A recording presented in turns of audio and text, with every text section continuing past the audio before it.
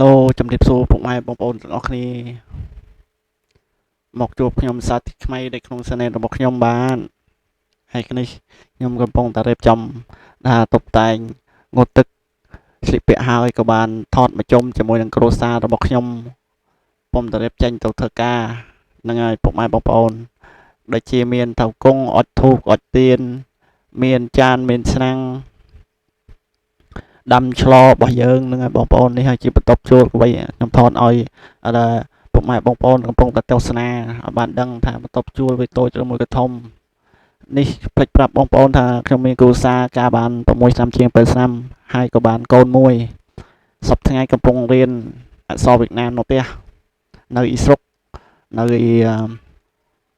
ខេត្តមាត់ជ្រូកបងប្អូនដូចខ្ញុំនិយាយពីមុនចឹងខេត្តមាត់ជ្រូកជាប់ព្រំដែននឹងតាកែវយើងហ្នឹងហើយនេះខ្ញុំក៏បានវិលមកចុំហើយម៉ូតូធំនេះដែលខ្ញុំទិញទៅធ្វើការហើយដល់អាតូចនោះគឺប្រព័ន្ធរបស់ខ្ញុំគាត់ជិះទៅធ្វើការប្រអ៊ីវទៀបឥឡូវយើងមកដល់វគ្គនេះគឺពុកម៉ែបងប្អូនខ្ញុំក៏បានធ្វើដំណើរមកដល់ជិតដល់រោងចក្ររបស់ខ្ញុំធ្វើហើយពងតគុយនៅមុខខ្លោងទ្វាររបស់កុងទីមួយថាខ្ញុំកំពុងរត់តែកន្លែងហូបអីបងប្អូនហូបអីព្រឹកអាហារហូបអីមិនសូវបានទេបងប្អូនអើយបានតែក្រៀមក្រោះប៉ុណ្ណឹងតែឥឡូវយើងធ្វើមិនទៅចេះហូបទៅម៉ោង10មិន10ចឹង2 10អីហ្នឹងចាញ់ហូបបាយហើយហ្នឹងហើយមុនហូបនឹងថតបងប្អូនមើលមកជុំសិនថាទិដ្ឋាការនៅវៀតណាមស្រុកវៀតណាមស្រុកបិញយើងខេត្តវៀតណាមប្រទេសវៀតណាមហ្នឹងវាមិនហ្នឹងហើយបងប្អូនតែឥឡូវនេះខ្ញុំទៅដើមយកកញ្ចប់សោយចាញ់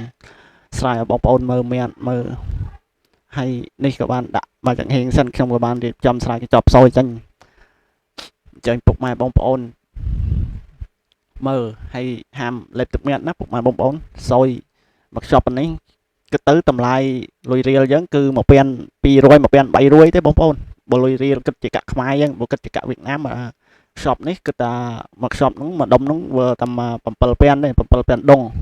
បើគិតជាលុយរៀលព្រោះប្រហែលជា1200 1300ទេបងប្អូនហ្នឹងហើយ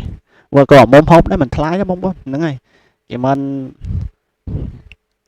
គ្រប់សពអូខេមើលបងប្អូនខ្ញុំថតឲ្យមើលនេះមិនតាំងពីដងចំណែកដៃអាងោស្គរចំណែកខ្មៅហើយនឹងនំក្រៀបយើងបងប្អូនហ្នឹងហើយចេះហូបបើលេងទៅបងប្អូនអើយឥឡូវធ្វើម៉េច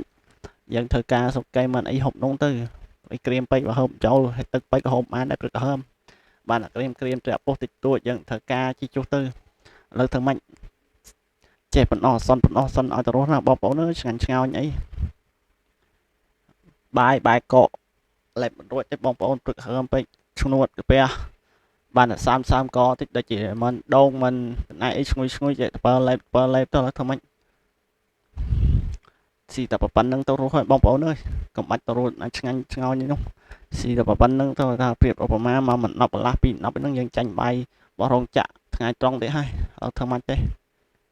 ឆ្ងាញ់ទេប្រងញាក់ដែរតើហើយព្រោះអីបញ្ញាប់ទេបងប្អូនបញ្ញាប់ថាចង់ត្រេម៉ោងដែរចង់ត្រេម៉ោងខោចម៉ោងបន្តិចព្រោះអីតើឲ្យលឿនបន្តិចមិនហិនតើយូរទេព្រោះអីខោចម៉ោងដែរពីនឹងជិះទៅដល់រោងចក្ររបស់ខ្ញុំធ្វើនោះជិះប្រហែលជា5 6នាទីទៀតមិនអីហើយចូលទៅនៅដោះយេបចាញ់ពាក់ស្បែកជើងដោះស្បែកជើងពាក់ទ្វាចូលបងប្អូនមិនមែនពាក់យេធម្មតាចូលទេកុងទីតឹងតែមែនណាកុងទីរោងចក្រឡាញដែលខ្ញុំធ្វើនឹងសុំមកទោសថានិយាយពើបងប្អូនពុកម៉ែបងប្អូនថាស្ដាប់អត់យល់ខ្ញុំហើយច្រឡំមែនដែរចំជេរស្រ័យមិនអីទេឥឡូវវីដេអូរបស់ខ្ញុំនេះមានតែប៉ុណ្្នឹងទេសូមឲ្យពុកម៉ែបងប្អូនជួយ share ជួយឲ្យមេដាយជួយ subscribe ឲ្យខ្ញុំមួយផងđểខ្ញុំបន្តចាញ់វីដេអូនៅប្លែកថ្មីជូនពុកម៉ែបងប្អូនទស្សនាទៀតកុំភ្លេចជួយឧបត្ថម្ភខ្ញុំថា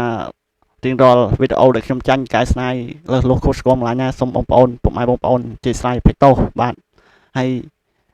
សូមជូនពរពុកម៉ែបងប្អូនទាំងអស់គ្នារស់ស៊ីទទួលទានមានបានសុខភាពល្អសំណាងល្អគ្រប់គ្រងកុសលអស់គ្នាបាយបាយ